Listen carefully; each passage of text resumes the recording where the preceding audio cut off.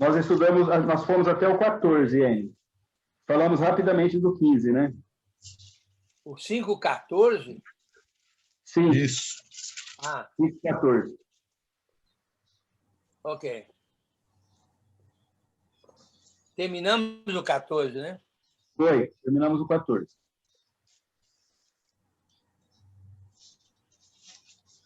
Bem. Uma coisa que me chama a atenção nesse 14 aqui, Enio, que assim, eu já ouvi pessoas falarem desse óleo aqui, porque a gente fala que esse óleo era utilizado pelo judeu lá atrás, mas eles falam, mas isso aqui é do Novo Testamento. Mas tudo bem, quem está falando é Tiago, que era um judeu, que era, na verdade, como que é? Fala lá em Atos, capítulo 21. Zeloso da lei. Né? Zeloso da lei. Não só isso. Ele era um presbítero. Presbítero, né? Ele era o meio-irmão de Jesus. Sim. E bem provavelmente, o que você falou aí é nota 10, viu, Doni? O que você falou aí é nota 10. Que ele era um judeu da nata. Esse é o Tiago, que a gente nota lá em Gálatas, que Paulo teve que dar uma dura em Pedro por causa desse Tiago aqui. Sim. Então, na verdade, ele era um judeu da nata. Agora, eu creio que a melhor interpretação aí seria uma, vamos dizer assim, uma combinação de coisas, certo? Então seria, primeiro, o uso da medicina, ok? Que é o óleo. Segundo, é o uso de dons milagrosos, que Tiago, sendo um presbítero, sem dúvida alguma, a meu modo de ver, os apóstolos colocaram a mão sobre ele, em posição de mão sobre ele, e passou a ele dons milagrosos. Não só ele, como outros presbíteros, né? Como outros irmãos do primeiro século. Aqueles 6, por exemplo, aqueles 7 de Atos 6, os apóstolos impuseram as mãos sobre eles e eles fizeram milagres. Então, segundo, dom milagroso. Primeiro, a medicina. Segundo, dom milagroso. Terceiro, a fé. A fé. Porque eu entendo que esse irmão aí, doente, diz assim, ó,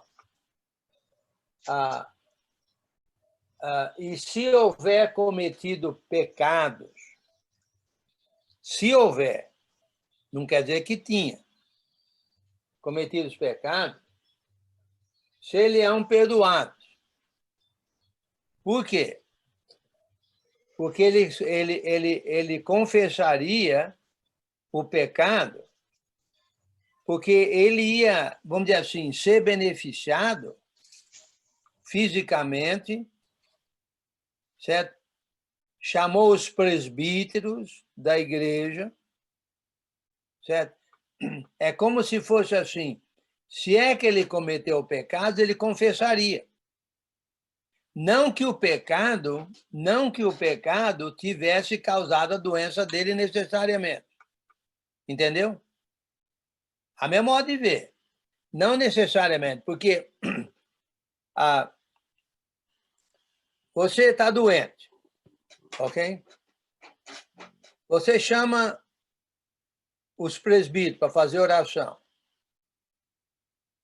sabendo que você vai ser curado. O mínimo que você pode fazer é confessar pecados se é que você cometeu pecados. E os pecados seriam perdoados. É como se fosse uma maneira de gratidão, uma maneira de agradecer. Faz sentido, não? Quer dizer, não é que ele... E se houver cometido pecado? Então, temos que concluir que não foi o pecado que causou a doença. Porque ele estava doente, e pode ser que ele não cometeu pecado. Mas se ele tivesse cometido, ele se arrependeria, pediria perdão, até mesmo como agradecimento. Você sabe que quando você está numa situação doente muito crítica, vamos dizer assim, a primeira coisa que você fala é pedir oração para todo mundo. Mas o mínimo que você pode fazer é pedir perdão por coisas erradas que você cometeu, independente delas terem ou não causado a doença, que provavelmente não, mas é possível, né? Agora, o ponto-chave aqui do livro é a aprovação da fé. O que é que o doente chamaria os presbíteros? Porque ele sabe que ele seria curado. Os presbíteros aí tinham dom milagroso, provavelmente é a melhor interpretação, mas, independente disso, se você chama alguém para orar, e você sabe que Deus atende as orações, você está chamando pela aprovação da fé. Porque você sabe que Deus vai escutar as orações. É aprovação da fé. Faz sentido, não? Senão, por que é que você vai pedir oração se você não acredita que Deus vai atender a oração? Entendeu? Então, nesse caso, não adianta nem pedir, porque Deus não vai atender mesmo. Não é? Você não está tendo fé? Só por pedir? Não. É porque você acredita na oração, no poder da oração. Agora, não quer dizer que Deus vai necessariamente fazer aquilo que foi pedido, mas que Deus atende a oração, atende. Por isso que nós oramos. Se a gente não crê que Deus atende a oração, por que é que a gente ora? Entendeu? Muito bem. Versículo 16. Confessai, pois, os vossos pecados uns aos outros e orai uns pelos outros para serdes curados. Aí, ó. Quer dizer, confessai, pois, os pecados uns aos outros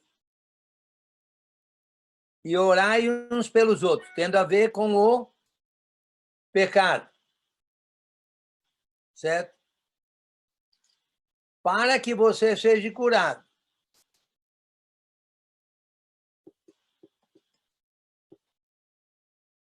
Muito pode, por sua eficácia, a súplica do justo. Agora, eu acho, vou dar uma opinião minha aqui, eu não sei se é toda vez que você peca, que você vai confessar para os irmãos para eles orar, porque você pode, você mesmo, se arrepender, né? E você ora a Deus, certo? Agora, eu creio que esse pecado aqui confessado pode ser pecado, vamos dizer assim, conhecido, que a pessoa cometeu algum pecado que ficou conhecido. Nesse caso, a pessoa vai confessar, mas vai confessar no sentido de orarem por ele para ele ser curado. Certo? Uma outra possibilidade é que esse pecado aqui pode ser um pecado que a pessoa tem, mas que outros não sabem que ela tem e está ganhando dela. O pecado está dominando ela.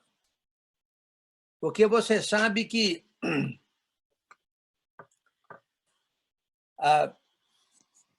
quer dizer, todo irmão que conhece a Escritura sabe ou deveria saber que maledicência é pecado. Ou não? Aliás, a palavra diz que os maledicentes não herdarão o reino. Isso é algo que cada cristão deve saber. Não é verdade?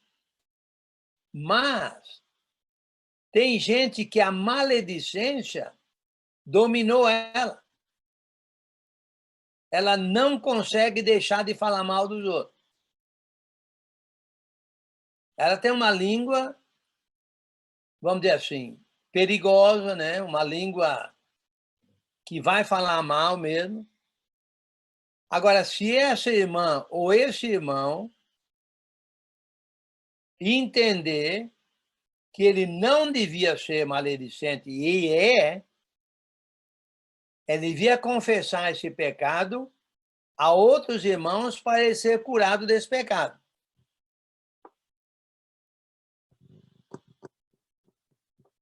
E diz o versículo, ainda no versículo 16, muito pode, por sua eficácia, a súplica do justo.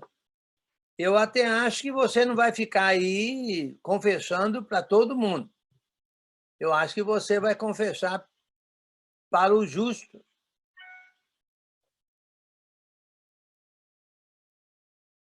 Para o justo. Entendeu? Então, na verdade, esse é um exemplo. Eu vou dar outros exemplos. Avareza. Todo mundo sabe que a avareza é pecado. Aliás, eu não tenho, eu estou pensando agora, mas, se não me engano, a avareza é considerada como idolatria, não é? Tem um pecado aí que é idolatria, não lembro. Deixa eu ver aqui. É avareza, né? Deixa eu ver aqui. A Mali disse que é avareza. Idolatria, no Novo Testamento. Acho que é Colossenses, não é Colossenses que fala isso? Colossenses 3:5. Fazei, pois, morrer a vossa natureza terrena, prostituição, impureza, paixão, lasciva, desejo maligno e a avareza, que é a idolatria. Mama, você acertou em cheio. A Maria acertou em cheio. Está lá na cozinha e deu o palpite certo. A avareza é a idolatria. Você acha que os idólatras vão herdar o reino de Deus? E se o irmão é avarento? E aí? Se é que ele quer ir para o céu e ele não consegue se livrar da avareza, ele vai confessar a homens fiéis, homens justos, para ele ser curado da avareza. Faz sentido, não? E tem muitos outros pecados, o que eu chamo de pecado... Bem, pecado que está dominando o cristão, entendeu? Por exemplo, um pecado que foi muito falado aí uns anos atrás, não tenho ouvido falar dele ultimamente, é o pecado da pornografia no computador, né? Eu acho que é essa a palavra certa, pornografia, eu não sei se essa é a palavra certa ou não, mas pessoas que usam o computador para ficar olhando coisas obscenas. Entendeu? Então, tem muita gente. Olha, eu conheço um pregador que ele confessou que durante 25 anos ele era pregador e tinha esse pecado da pornografia. Finalmente, ele não aguentou mais, ele explodiu, estourou. Aí buscou ajuda, não sei se foi internado ou não, só sei que ele buscou muita ajuda, deixou de ser pregador, arrumou uma outra profissão, continua pregando aqui e acolá, mas não como pregador a tempo integral. Mas ele falou que depois de 25 anos como pregador, e ele tinha esse pecado escondido de pornografia. E tem outros, muitos outros pecados aí, né? Tem, por exemplo, o pecado do adultério, né? Mas não necessariamente o adultério de coração, vamos dizer assim, certo? Passa uma dona aí toda rebolante aí, certo? E o irmão que tem esse pecado aí, ele comete adultério no coração ali. Esse pecado dominou ele. Ele não consegue se livrar desse pecado. Então, eu entendo que... Então, qual é a aprovação da fé? Qual é a aprovação da fé aqui? Qual é a aprovação?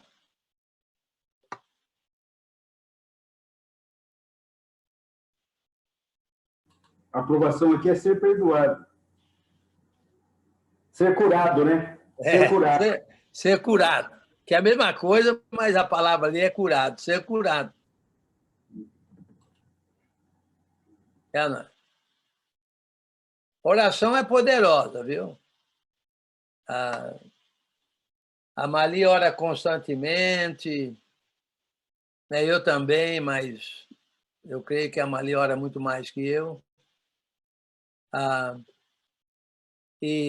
Mas você tem que acreditar, ter fé na provação, ter provação da fé, tendo a ver com oração, para ser aprovado e ter a resposta da oração.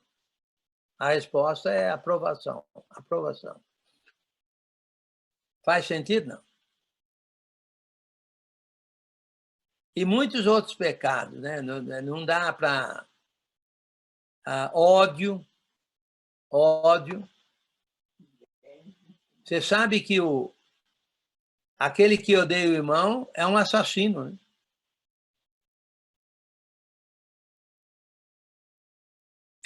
A inveja, a não perdoar. O que diz lá? Se você não perdoar, você não vai ser...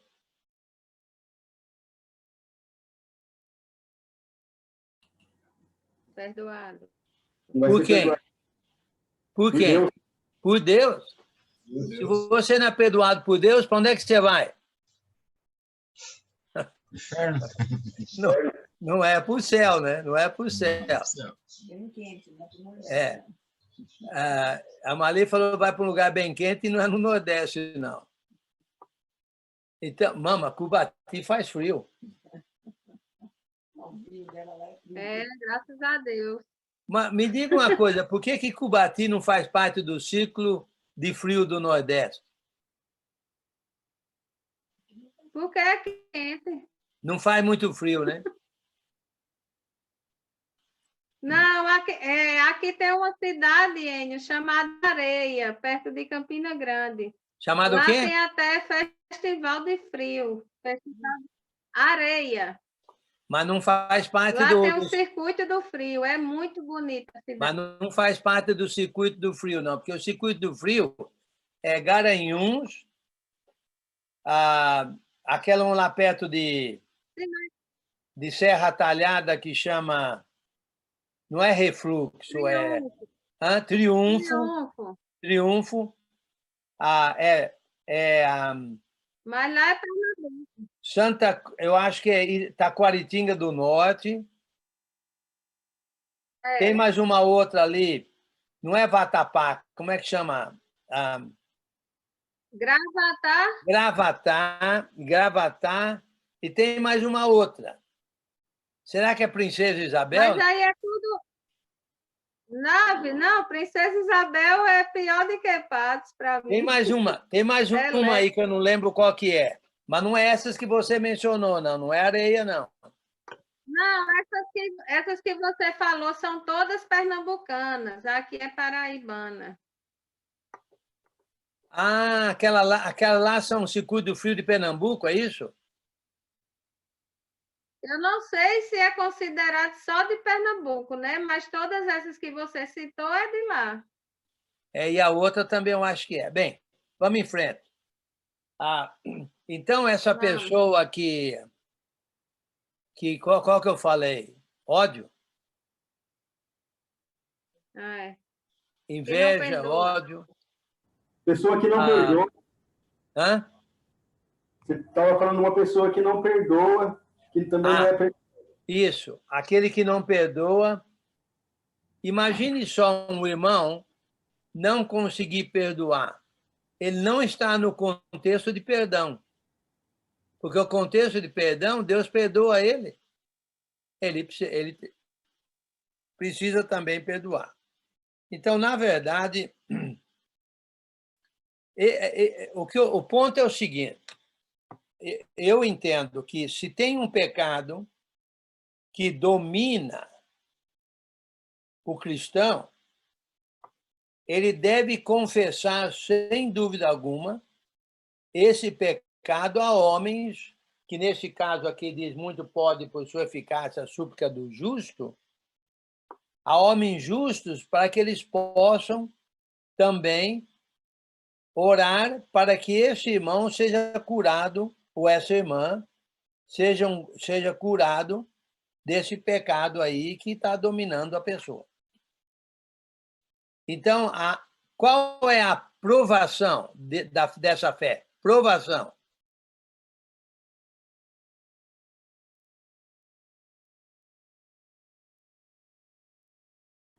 Seria o confessar, Enio? É confessar.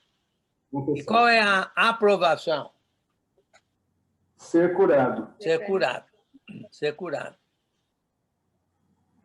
Exatamente. Muito bem.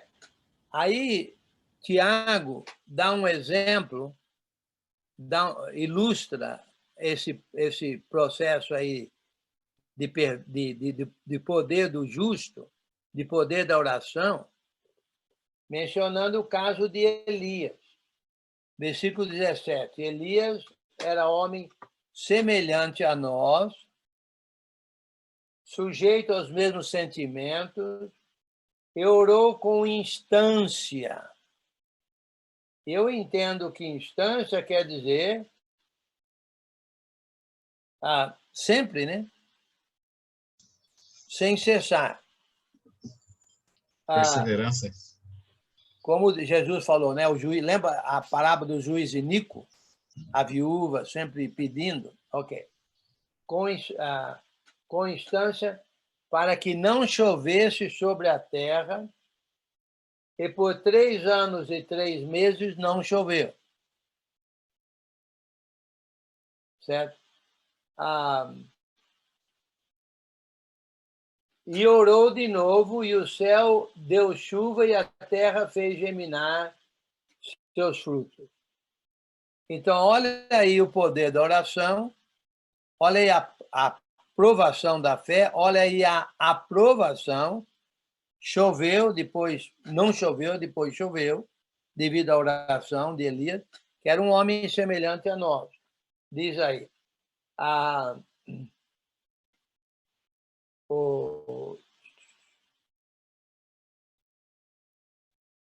Ok, isso, ok. Muito bem. Tem lá a história no Velho Testamento, lá, né, sobre isso aí. Mas o ponto, você quer saber mais detalhes, você vai lá. Mas o ponto essencial aí é exatamente esse de que ele orou com instância. Nós temos nós estamos sempre orando, né? Por exemplo, agora devido a essa pandemia, certo? Devemos orar com instância, certo? Para que pare, né? Ou que a vontade de Deus seja feita naturalmente, certo? Mas nosso desejo é que pare ou não afete os irmãos, né? e que ele consiga o objetivo dele, né, Deus, mas não afete os irmãos, né? Certo? Ah,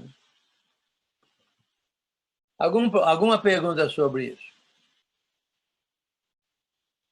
Ô, Enio, junto com esse 16 aqui, pensando na provação, a oração poderia entrar junto com o confessar ou não? Como provação. Orar é provação. Sim, isso, é que assim, confessai os vossos pecados uns aos outros e orai uns pelos outros. Então, a aprovação seria tanto confessar quanto a oração. Confessar e orar. Isso, sim. Sim. Só confessar não tem aprovação. Sim. É confessar e orar para que a pessoa fique livre daquele problema, daquele pecado. Aí é confessar e orar. Exatamente. Agora, tem outras orações, por exemplo, lá no caso de Elias, ele não tinha nada que confessar, só orar, né? Ali não era confessar, não. Orar. Muito bem. Falou bem, dona. Mais alguma coisa, alguma pergunta ou comentário?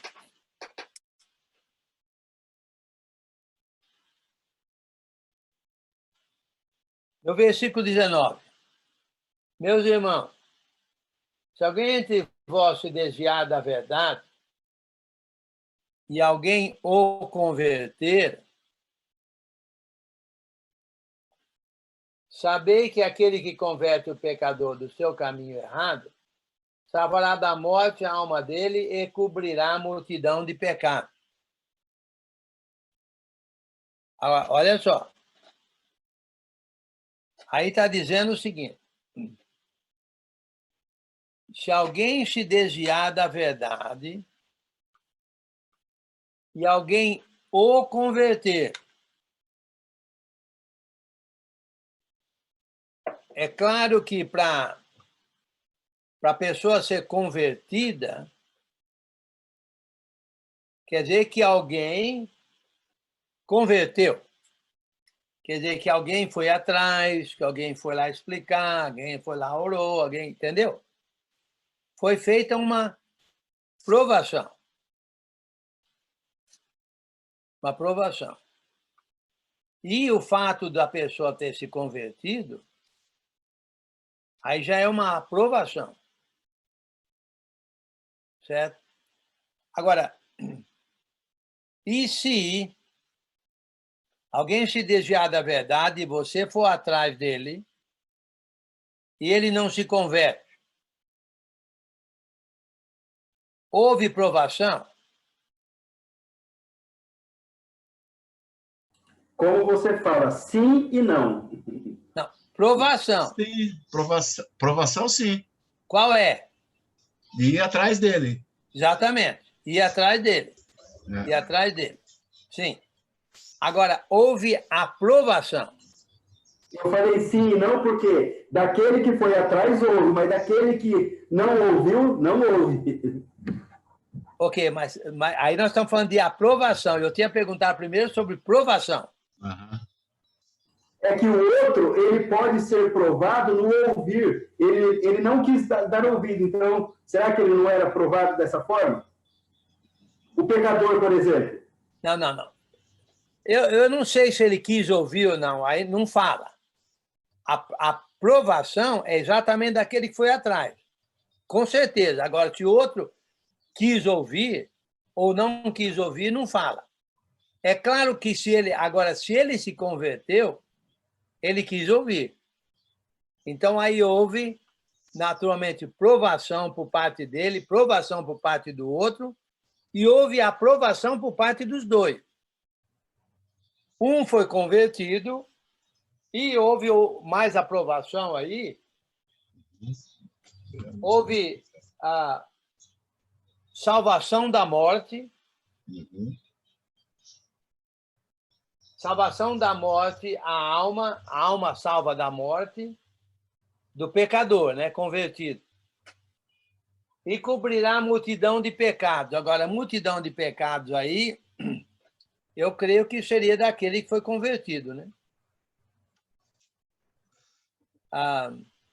Agora,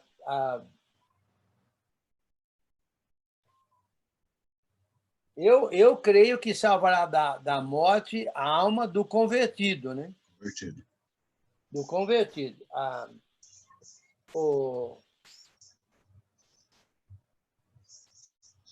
Então, agora, não há dúvida de que existe aprovação nessa provação, ok? E aí, no caso aqui da provação e aprovação, é que alguém foi atrás do perdido, o perdido se converteu, o cristão afastado, né? Se converteu e houve salvação de alma e cobertura de multidão de pecado. Olha, aprovação e aprovação. Está bem óbvio aí. Agora, se é que foi atrás e não se converteu, não é esse o ponto aqui. O ponto aqui é que se converteu. Então, nesse caso, está falando da aprovação e da aprovação. Certo? Aprovação faz parte da aprovação faz parte da aprovação, né? É um pacote, mas a gente está dividindo aqui para entender que tem uma ação e tem um resultado, né? Um resultado. Faz sentido, não? Muito bem. Ok, terminamos o livro.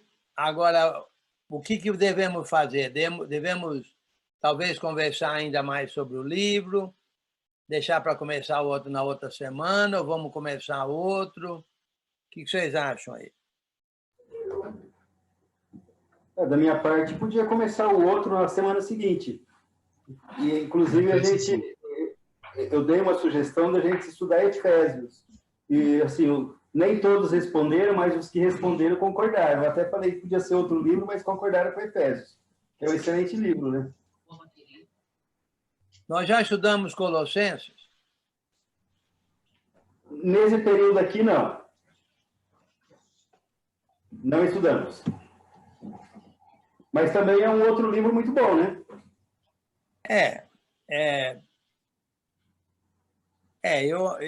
Eu acho que Colossenses e Efésios são dois lados da mesma moeda, mas o que vem primeiro, a memória de ver, é Colossenses. Também pode ser. A gente podia, assim, da minha parte... Não há dúvida que Efésios né, pode ser estudado individualmente. Não precisa ser estudado logo depois do Colossenses, mas a memória de ver, aquela carta lá à Laodiceia, que supostamente foi perdida, eu acho que é essa carta de Efésios. Mas você lembra? Lida uma, lida outra. Bem, vocês pensam aí vocês me avisam até segunda-feira, até sábado, né? Da minha parte pode ser dessa forma. Para mim pode ser Colossenses. E depois Efésios, né? Faz Colossenses e depois Efésios. Eu estou estudando, eu acho que, não sei se eu terminei, eu estou terminando o Colossenses. Ok. Eu acho que em Manaus, parece. Manaus? Manaus. Estou terminando, ou não sei se eu já terminei ou não. Acho que não, né? Pode ser, Enio. A gente pode estudar, então, Colossenses e depois de Colossenses, Efésios. Ok, mas vamos então... Nós temos aí uns 15, 20 minutos, talvez 30 no máximo. Vamos terminar conversando ainda mais sobre... Talvez sobre Tiago.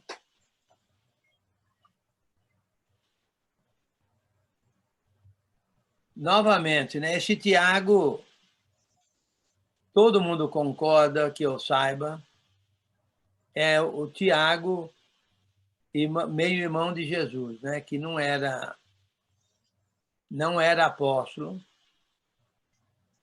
mas ele se tornou uma pessoa muito prominente, é isso? Proeminente, como é que é? Proeminente. Proeminente. Proeminente lá na cidade de Éfeso, de Jerusalém, digo, na cidade de Jerusalém. Eu acho que principalmente por ele ser irmão de Jesus, né? E Tiago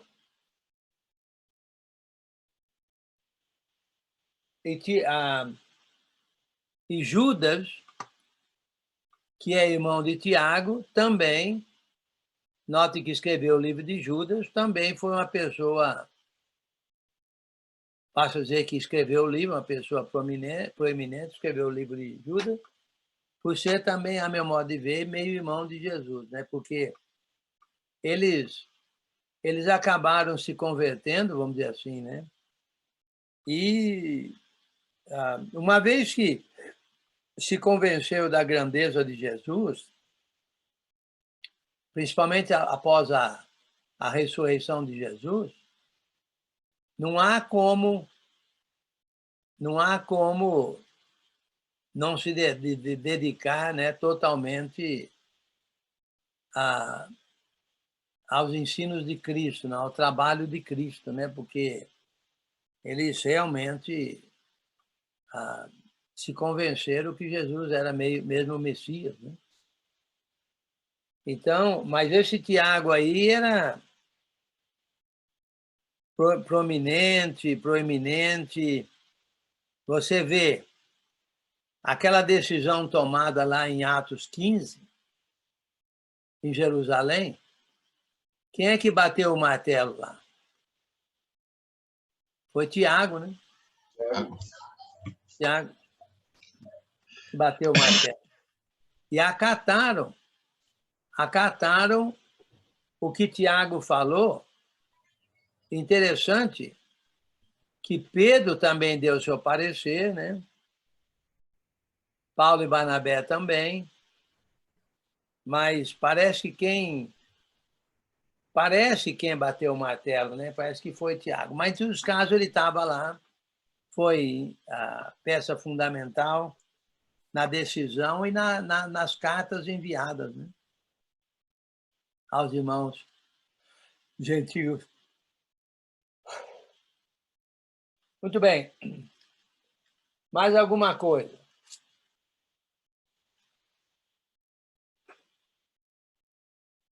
Um ponto-chave aí é que a provação da fé ela é composta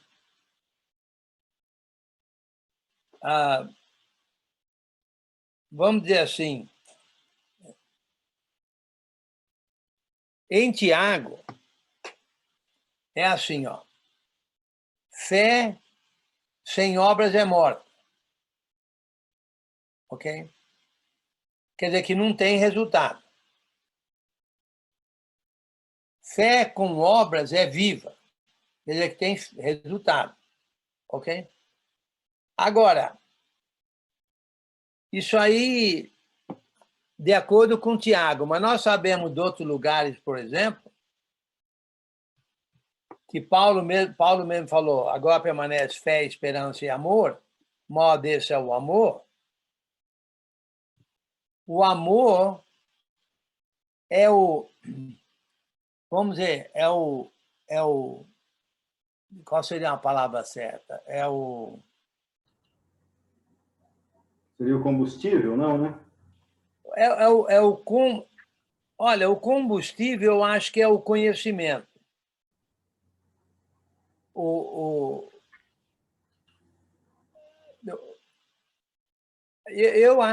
Deixa eu tentar pensar em termos de carro, vai.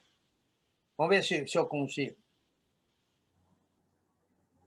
A esperança é que o carro vai andar. Ok? que seria a aprovação. Mas é preciso ter combustível. O combustível seria o conhecimento. Agora, nisso tudo, você tem a fé de que o carro vai te levar para algum lugar. Senão, você não vai pôr combustível, senão você não vai entrar no carro, você não vai ligar o carro, etc. Então, a fé... Mas a fé, sem o combustível, por exemplo, não te leva a lugar nenhum. O carro não leva. Mas o motor que faz tudo funcionar, liga coisa com coisa, faz tudo funcionar, seria o quê? O amor, então. O amor. O amor. O amor o amor é aquele por exemplo, o raciocínio que o carro faz para poder pegar o combustível e te levar a algum lugar que você tinha fé de que ia lá. Então, não adianta você ter fé e não ter amor. Você não vai a lugar, não. Você pode ter a esperança de que o carro vai te levar de Bauru até Pernambuco ou Paraíba, mas se você não tiver o combustível, você não vai. Ok. Se você não tiver o motor, também você não vai. Então o combustível é o que alimenta a fé.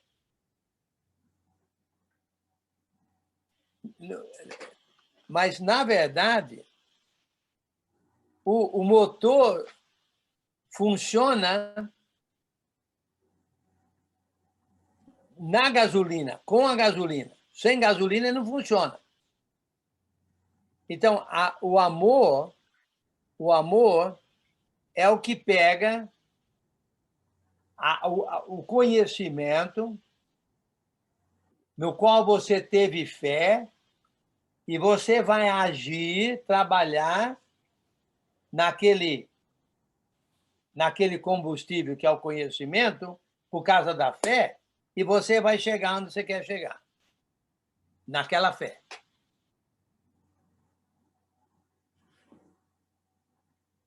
Eu gosto de falar que o amor é o raciocínio espiritual, né? Que agiliza, que dá força à fé. Mas fé sem conhecimento não existe. Pelo fato que fé existe, é porque existe conhecimento. Senão você vai ter fé no quê? No vento? Toda vez que você tem fé, é porque você teve conhecimento, que a fé é no conhecimento. E o amor é que vai agilizar aquele conhecimento no qual você tem fé e vai dar o resultado que é a aprovação. Vai te levar onde você quer ir. No caso do carro, ou no caso da fé, vai dar o resultado que você espera, que está escrito ali, que está embutido. Faz sentido, não?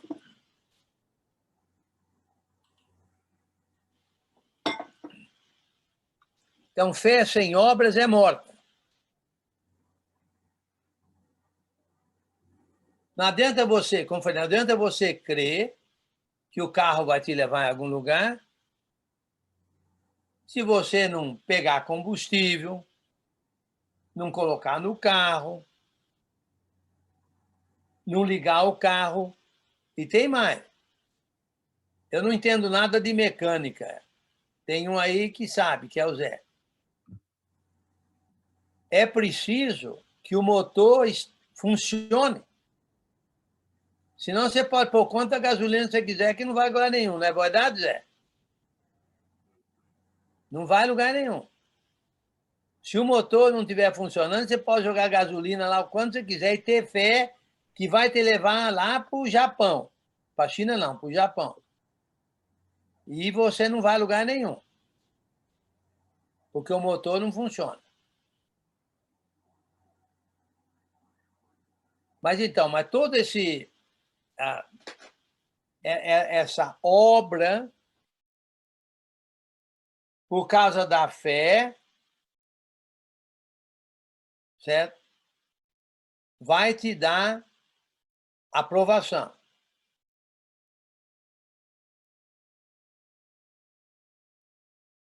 Mas aprovação da fé é interessante. Você tem que se convencer de que há aprovação, na aprovação. Eu já falei para vocês, vou falar de novo.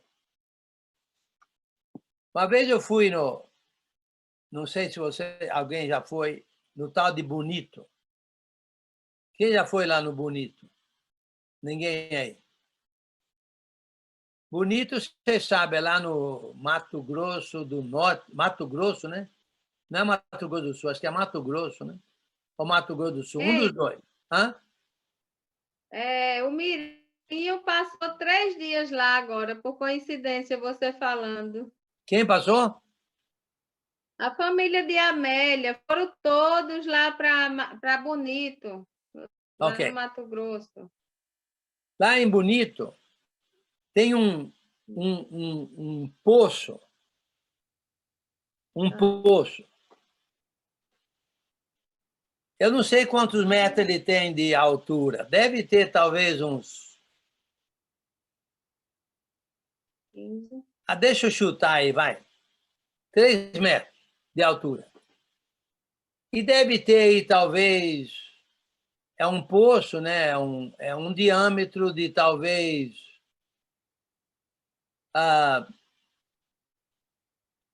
talvez 3 metros também de diâmetro. E 3 metros de altura. E falaram para mim assim, olha, se você mergulhar aí, você vai sair lá não sei aonde. Vai sair ali embaixo. Você está louco? Eu vou pular, mergulhar aí. Depois não consigo nem sair, ter 3 metros de altura. Como é que eu vou sair 3 metros de altura de um poço? Não, mas consegue fazer de jeito nenhum. Aí tinha lá uns lá com a gente. Eu acho que o Enio Júnior era um deles. O Enio Júnior estava, eu estava, a Maria, a família do Enio Júnior, acho que, não sei se quantos filhos tinha, acho que tinha talvez só um, faz tempo. A minha irmã e meu cunhado, acho que nós fomos em 3 carros, parece. Aí o Enio Júnior falou, eu mergulho. Eu falei, você está louco? E mergulhou e saiu do lado de lá. Aí quando eu vi que ele saiu, falei, bem, então não é que sai mesmo? Aí eu pulei lá, né? E saí lá, certo? Mas isso porque houve o testemunho de um antigo, vamos dizer assim, né? Como diz lá em Hebreu, que é o Enio Júnior, que foi antes de mim. Então, na verdade, mas então houve aprovação, certo? Naquela aprovação. Ou seja, eu saí do lado de lá. Mas se eu não pulo, eu não seria aprovado ali, que eu não sairia do lado de lá. Então, mas pela fé, era pela fé, porque, na verdade, eu nunca fiz isso, nunca tinha feito, falei, e aí? Mas, como eu vi que alguém fez, eu falei, já que é assim, né, eu vou fazer. Mas a fé, para ela ser aprovada, ela tem que ter obra. Se eu não pulo, eu não teria aprovação. não passaria pela aprovação daquela fé. Entendeu? Se eu não pulo, eu tive que ter obra. Então, toda a fé é necessário. Se ela não tiver obra, ela é morta. Ela existe, presta atenção. Isso aqui é difícil de aceitar ou até mesmo de entender. Fé sem obra. Deixa eu tomar uma água aqui. Fé sem obra, ela existe, só que ela é morta. Ela existe. Tem muita gente que tem fé aí para dar e vender. Mas não tem obra, ela é morta. Ah, eu acredito que se eu contribuir em abundância, eu vou colher em abundância. Ok, muito bem. Todo mundo acha que crê nisso. Mas vai ver quantos semeiam em abundância. Então, naquela fé, naquele caso de que se semear em abundância, colhe em abundância, a pessoa não semeou em abundância, é uma fé morta e ela não vai colher em abundância. Não quer dizer que ela não tem fé em Deus ou fé em Cristo, não é esse o ponto. Mas fé em Deus até os demônios têm. E eles tremem, diz aqui em Tiago. Mas eles não têm obra. Então é uma fé morta. Mesmo embora eles tremem. Ué, como é que uma fé morta pode fazer alguém tremer? É porque ela existe. Só que eles não vão se beneficiar da fé que eles têm em Deus. Eles vão para o inferno. Porque não tem obra, a fé é morta. Mesmo embora eles tremem.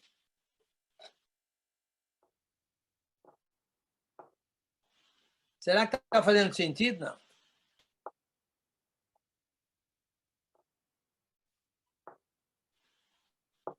Muito bem. Deixa eu ver mais alguma coisa que a gente pode falar aqui. Mais uma coisinha aqui, aí nós vamos terminando.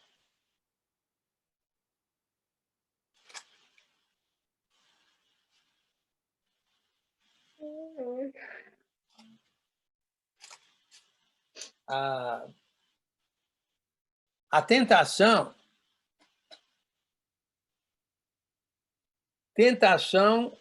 não é de Deus.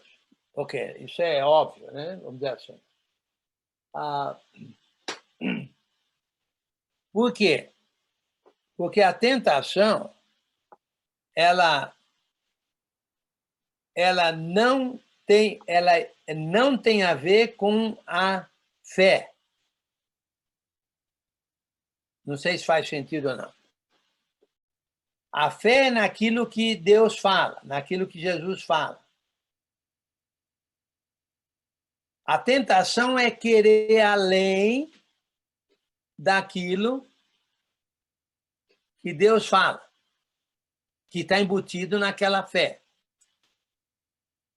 Consequentemente, não vai haver aprovação. Muito ao contrário, vai haver morte. Se consumada. Se a tentação consumada, o pecado consumado, o caminho do pecado tendo a ver com tentação, for consumado, a pessoa vai para o inferno. Por quê? Por que a tentação não é de Deus? Porque a tentação, na tentação não existe nada de bom. Então não vem de Deus, porque a fé que vem de Deus é aquela que só traz benefício para a gente. Toda boa dádiva e todo dom perfeito são lá do alto, descendo do Pai das luzes, em quem não pode existir variação ou sombra de mudança, capítulo 1, versículo 17.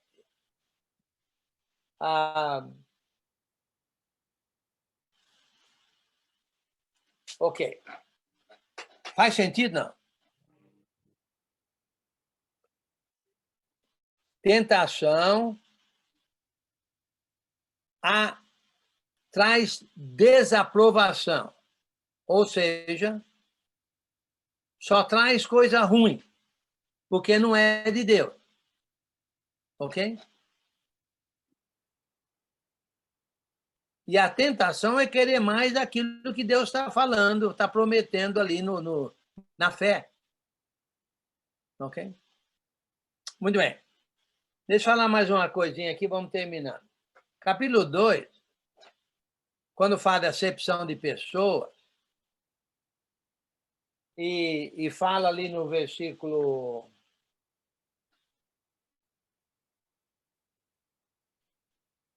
10, do 2, diz assim: qualquer que guarda toda a lei, mas tropeça em um só ponto, se torna culpado de todos.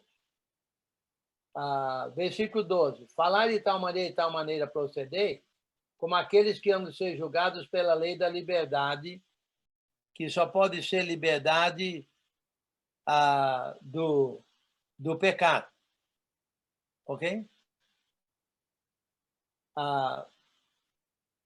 Deixa eu explicar aqui como é que eu acho que funciona. Qual a explicação aqui?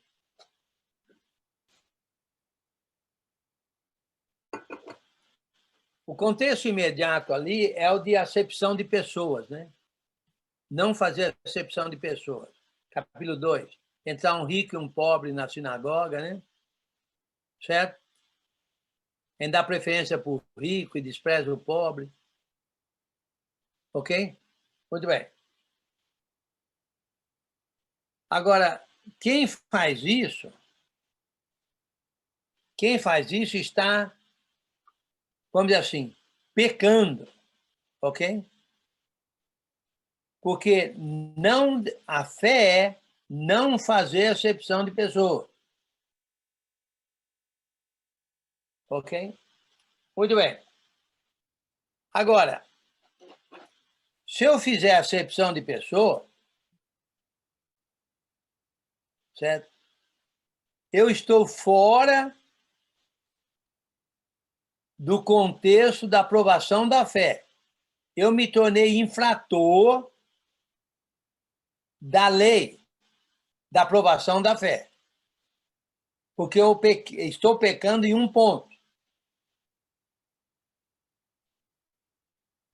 Agora, se eu vou ser julgado pela lei da liberdade, eu preciso me livrar desse pecado, porque aí tem o pecado aí. Então, não estou livre do pecado. Será que faz sentido? Não. Isso aqui é difícil de entender, hein?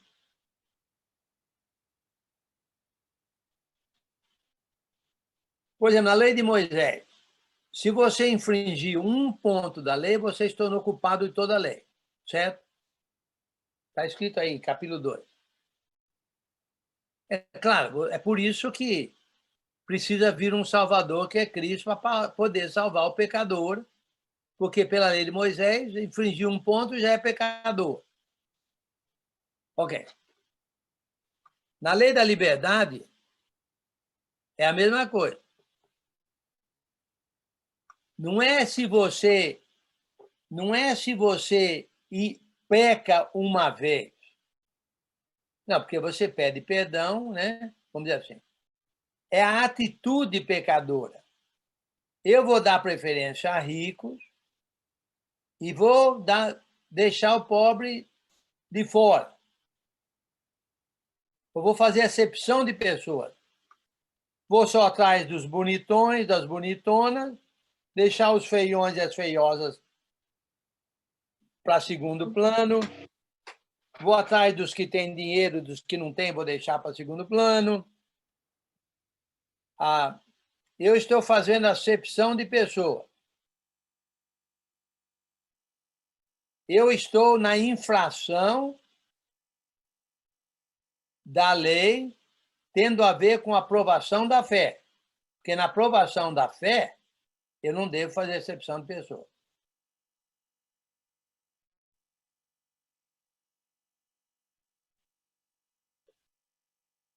Então, preciso me corrigir. Se eu sou assim, tenho que me corrigir. Certo? se eu tenho um ponto pecaminoso, como eu falei, maledicência, avareza, a inveja, a ódio, sei lá. Eu tenho que me livrar desse pecado para não me tornar infrator da lei da aprovação da fé, vamos dizer assim, que é a lei de Deus.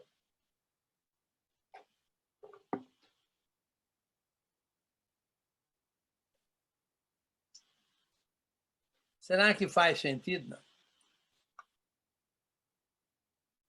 Outro dia eu escutei uma ilustração, eu acho que foi o Enio Júnior que deu, que eu acho que podemos usar aqui.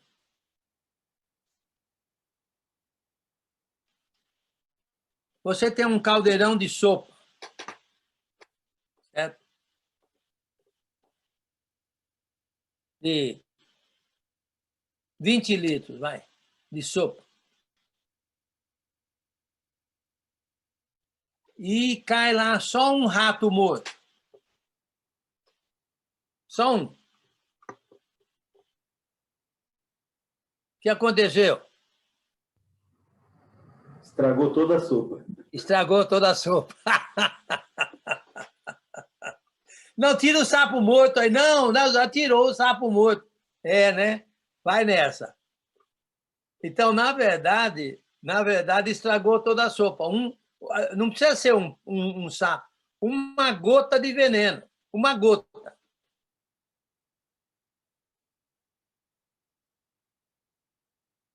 Ou uma mosca.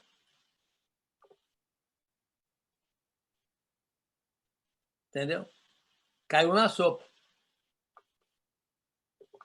Então, na verdade, agora, se o rato não caiu ali, nem a mosca, nem uma gota de veneno, toda a sopa não está infectada, vamos dizer assim. Você não infringiu toda a sopa por causa de uma coisa.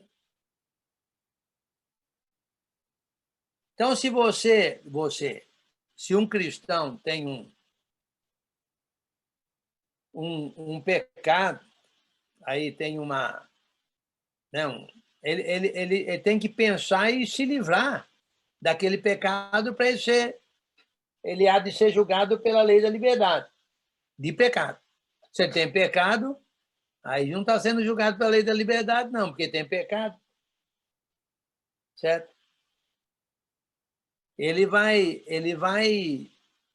ser julgado. Nesse caso aqui, da acepção de pessoa, aquele que fez juízo, vai haver juízo sobre ele também, da parte de Deus.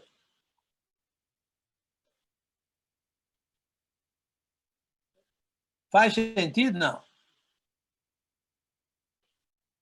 Mas se ele não julgou,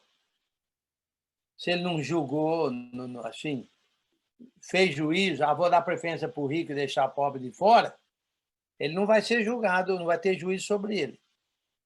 Porque ele não infringiu a lei da aprovação da fé. Esse é um exemplo, uma ilustração. Eu acho que é um pouco complicado, né? Mas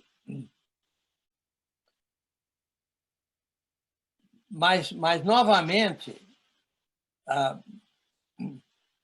a tentação, né? O problema falou da tentação. Né? Então, a gente tem que se livrar da tentação, no sentido de não deixar a tentação ganhar da gente. Porque se ganhar, a gente está sendo vencido pela não lei da aprovação, ou pelaquilo que não faz parte da aprovação da fé. Complicado, não? Deu para entender? Mais ou menos? Mais ou menos. Mais ou menos.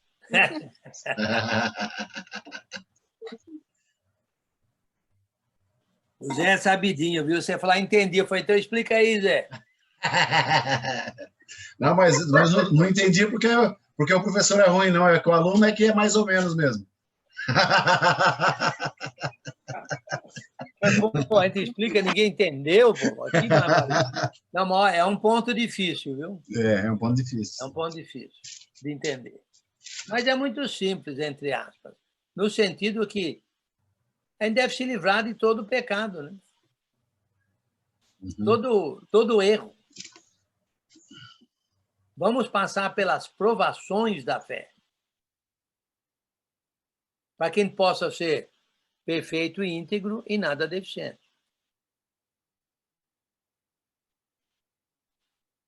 Muito bem? Tá bom.